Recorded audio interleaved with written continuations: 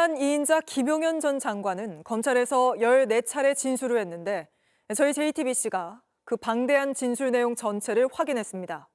중요한 건 이 진술들이 윤석열 대통령 탄핵 심판의 증인으로 나서기 전에, 그러니까 대통령 측과 어떤 교감이 있기 전에 김용현 전 장관이 알아서 한 진술이란 점입니다. 그리고 이런 진술에서 김 전 장관은 국회에 계엄 해제가 있고 1시간 뒤에야 자신이 대통령에게 군 철수를 건의했다고 밝혔습니다. 국회 결의 후 곧바로 내가 장관에게 군 철수를 지시했다. 그러니 애당초 국회 장악 의도가 없었던 거 아니냐. 이렇게 강변해온 윤석열 대통령의 주장과 완전히 배치됩니다. 서로 사인이 오가기 전에 한 진술에선 내란 2인자조차 1인자와 다른 말을 한 겁니다. 첫 단독 보도 유정화 기자입니다. 윤석열 대통령은 12월 4일 국회에서 비상계엄 해제 의결이 이뤄진 직후 김용현 당시 국방부 장관과 박안수 당시 계엄사령관을 직접 불러 군 철수를 지시했다고 주장해왔습니다. 계엄 해제 요구가 결의가 나오자마자 바로 장관과 계엄사령관을 즉시 제 방으로 불러서 군 철수를 지시했고, 그런데 김 전 장관은 검찰 진술에서 윤 대통령에게 병력 철수를 먼저 건의한 건 본인이었다고 했습니다. 국회가 계엄 해제를 의결한 지 약 1시간 뒤인 12월 4일 오전 2시쯤입니다. 정부 보안폰, 즉 비화폰을 이용해 병력 철수를 건의하자 대통령이 즉시 철수를 승인했다고 했습니다. 계엄 당시 집무실에 머물던 윤 대통령은 앞서 계엄 해제 의결 후인 4일 오전 1시 3, 40분경에도 합참을 찾았지만 병력 상황과 국회 상황 보고만 받고 떠났다고 했습니다. 즉, 윤 대통령은 상황만 살펴본 뒤 병력 철수 지시 없이 자리를 떴고 김 전 장관이 전화해 건의하자 그제서야 병력 철수를 승인했다는 겁니다.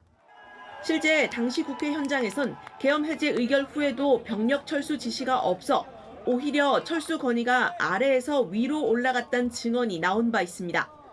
김용현 전 장관이 어떻게 하냐라고 저한테 먼저 물어봐서 제가 철수하겠습니다라고 말씀드렸습니다.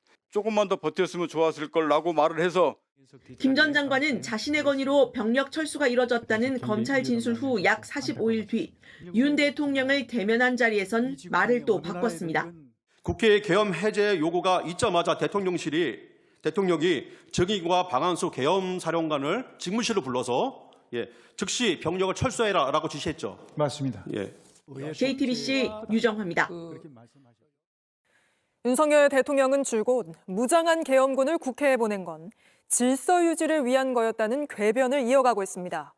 김용현 전 장관도 탄핵 심판에 나와선 그렇다고 동조했는데 헌재에서 윤 대통령을 마주하기 전에 이뤄진 검찰 조사에선 질서 유지가 목적이라고 명확하게 지시 내린 적은 없다고 진술했습니다. 하예빈 기자의 단독 보도입니다. 지난달 열린 탄핵 심판 4차 변론기일 김용현 전 국방부 장관은 계엄 당일 국회에 투입된 병력 규모를 설명하는 과정에서 질서 유지를 언급했습니다.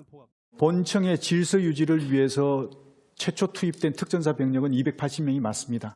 증인은 국회에 병력을 투입한 이유가 국회 봉쇄나 침투가 아닌 국회 질서 유지였고 따라서 처음부터 국회를 봉쇄할 계획은 없었죠. 불가능한 얘기입니다. 같은 날 윤석열 대통령도 비슷한 주장을 했습니다. 국회 독재가 이런 망국적 위기 상황의 주범이라는 차원에서 질서 유지와 그 상징성 측면에서 국회에 군을 투입했지 않습니까? 네. 하지만 김 전 장관이 검찰 조사에서는 이와 정반대의 진술을 한 걸로 파악됐습니다. 질서 유지 차원에서 빼낼 사람을 빼내라는 지시가 질서 유지 목적임을 명확히 밝힌 바가 없느냐는 질문에 그렇다고 답한 겁니다. 김 전 장관은 그러면서 그걸 제가 잘못했다, 지시를 명확히 못 내린 것에 대한 불찰이 있다고 덧붙였습니다. 그간 수차례 병력 투입은 국회 봉쇄가 아닌 질서 유지가 목적이었다고 주장했는데 정작 검찰 조사에서는 그런 지시를 안 했다고 털어놓은 겁니다. 앞서 김 전 장관의 지시를 받았던 곽종근 전 특수전 사령관 역시 질서 유지 관련 지시는 듣지 못했다고 진술한 바 있습니다. 비상계엄 실시 중에는 질서 유지라는 말을 들어본 기억이 없습니다. JTBC 하예빈입니다. 김용현 전 장관은 검찰 출석부터 윤 대통령의 지시를 따르려 했던 걸로 보입니다. 검찰이 소환 통보를 하자 바로 출석 여부 등을 허락받기 위해 윤 대통령에게 연락을 했고 대통령이 김주현 민정수석과 협의하라고 해 연락했다고 진술한 겁니다. 검찰은 대통령과 사전 교감이 있던 거 아니냐고 캐물었습니다. 이승환 기자의 단독 보도입니다. 12.3 비상계엄 실패로 사의를 표했던 김용현 전 국방부 장관은 지난해 12월 8일 새벽 1시 30분쯤 검찰 특별수사본부에 자진 출석했습니다. 당시 기습 출석으로 논란이 일었습니다. 그런데 알고 보니 김 전 장관이 자진 출석을 하기 직전 윤석열 대통령과 김주현 민정수석, 검찰과 소통했던 걸로 파악됐습니다. 검찰은 지난해 12월 6일 저녁 7시 25분쯤 김 전 장관의 아내 명의 휴대전화로 김 전 장관에게 처음 연락해 출석을 요구했습니다. 1시간 11분 뒤인 8시 36분쯤엔 김 전 장관은 본인 명의 휴대전화로 출석 여부에 대해 대통령과 통화해보고 말씀드리겠다고 했습니다. 이후 김 전 장관은 윤 대통령에게 전화해 지금 출석해도 되겠냐고 물었습니다. 윤 대통령은 민정수석과 협의해보라고 답했고 김 전 장관은 김 수석에게 전화를 걸어 출석 여부를 상의했다는 겁니다.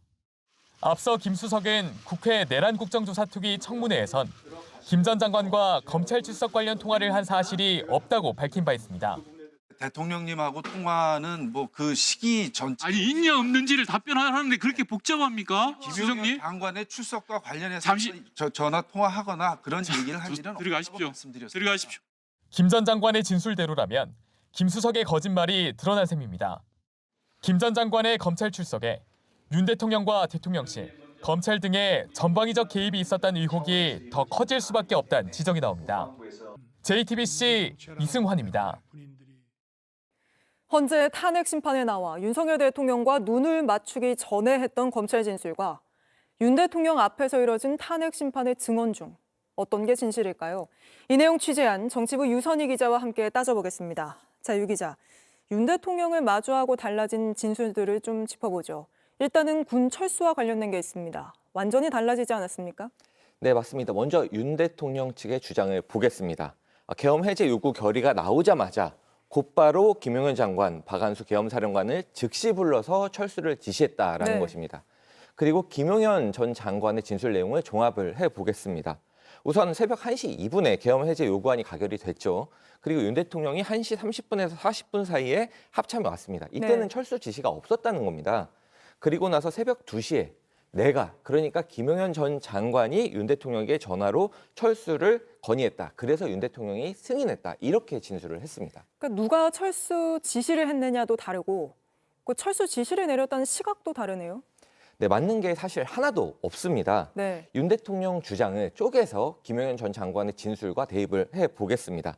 김 전 장관의 진술 내용이 사실이라고 전제를 한다면 가결 1시간 뒤에서야 계엄 해제를 건의했기 때문에 계엄 해제 요구 결의가 나오자마자 연락을 했다라는 부분이 이제 거짓이 되는 것입니다. 네. 그리고 또 김 전 장관이 전화로 해제를 건의했다 이렇게 진술을 했기 때문에 국방부 전 장관과 그리고 계엄사령관을 불렀다. 이 부분도 이제 그 거짓이 될 수밖에 없는 겁니다. 네. 또 윤 대통령은 김 전 장관이 해제를 건의를 했을 때 승인한 것이지 먼저 지시한 게 아니기 때문에 지시했다라는 부분도 틀린 증언이 됩니다. 물론 뭐 윤 대통령 그리고 김 전 장관 둘 중에 어느 쪽 말이 진실인지는 아직 알 수는 없습니다.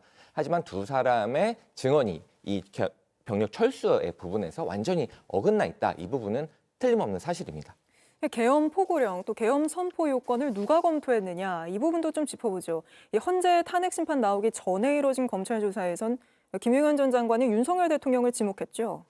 네, 두 사람이 헌법재판소에 나왔을 때 마주보고 있을 때 했던 얘기랑은 좀 많이 다른 진술이 나왔는데요. 네. 일단 두 사람이 헌법재판소 변론 때 나눈 얘기부터 들어보겠습니다. 또 그 왜 전공이 네. 이걸 제가 왜 집어넣냐 웃으면서 이렇게 얘기를 하니 이것도 막 그런 측면에서 어떤 계고한다는 측면에서 그냥 뒀습니다 해서 저도 예, 그렇습니다. 웃으면서 그냥 놔뒀는데 예, 그 상황은 기억하고 예, 계십니까? 기억합니다. 지금 말씀하시니까 기억납니다. 이 장면이 굉장히 상징적이었잖아요. 네, 맞습니다. 그러니까 포고령을 김 전 장관이 다 썼고 그걸 윤 대통령이 웃으면서 가볍게 보고 넘겼다 이런 얘기입니다. 그런데 김 전 장관의 검찰 진술 내용을 보면 많이 다릅니다. 우선 누구에게 법무 검토를 받았느냐 이런 질문을 검사가 하니까 이제 대통령이 법률가라고 생각을 해서 상의를 했다. 그리고 대통령이 통행 금지만 삭제하고 특별한 말이 없어서 법무 검토를 마쳤다고 생각했다. 이렇게 네. 진술을 했습니다. 그리고 비상계엄 선포 요건을 좀 논의한 적이 있느냐라고 했더니 내가 대통령께 여쭤봤다. 이렇게 얘기를 하면서 대통령이 법전을 찾아보고 이 정도면 사법행정 기능이 현저하게 저하된 거니까 국가 비상사태에 준한다고 판단이 된다고 했다. 그러니까 이제 비상계엄을 선포해도 된다고 판단했다. 이렇게 진술을 했거든요. 네. 그러니까 법률가에게 검토를 받는 차원에서 논의를 했고 윤 대통령이 법전까지 찾아보면서 검토를 했다는 건데 헌재에서는 웃으면서 가볍게 넘겼다. 이렇게 증언한 부분과는 온도차가 상당합니다. 그러니까 헌재에서 윤석열 대통령 쪽에 먼저 자신들의 입장을 이야기하고 뭐 기억나느냐 하면 말씀하시니까 기억납니다. 뭐 이렇게 진술을 하면서 증언을 맞추고 있는 거 아니냐 이런 의혹이 나왔었는데 김용현 전 장관은 검찰에 출석하기 전부터 윤석열 대통령 뜻을 따르려 했던 걸로 보입니다. 그런 대목도 있죠. 네, 그 김 전 장관의 진술을 토대로 타임라인을 우선 만들어서 보여드리겠습니다. 12월 6일 저녁에 일단 부장검사가 김 전 장관 부인 명의 전화를 걸었고요. 그리고 약 1시간 뒤에 김 전 장관이 검찰에 전화를 다시 했습니다. 그러니까 출석하라고 전화를 걸었던 맞습니다. 거죠? 그때 김 전 장관이 대통령과 통화를 해보고 결정하겠다라고 검찰에 얘기를 합니다. 출석할지 여부를. 그랬더니 곧바로 윤 대통령한테 내가 전화를 했는데 윤 대통령이 민정수석과 상의를 해봐라 이렇게 얘기를 해서 그래서 전화를 끊고 곧바로 다시 김주현 민정수석에게 전화를 했다라는 네. 것입니다. 이게 그러니까 12월 6일 밤 상황인 겁니다. 그리고 실제로 기습 출석, 그러니까 되게 갑자기 출석을 했거든요. 네, 검찰에. 12월 8일 새벽 1시 반쯤에 출석을 했는데 그러면 12월 7일 하루 동안 최소 24시간 정도가 비어 있는데 이 과정에 대해서는 진술을 하지 않았습니다. 물론 그 부분 때문에 뭐 사전 교감한 거 아니냐 이런 의혹이 나왔잖아요. 네, 맞습니다. 물론 김 전 장관은 이 과정에서 뭐 검찰에 뭐 회유나 강요가 있었냐 이런 질문에 그런 적은 없다라고 진술을 하긴 했습니다.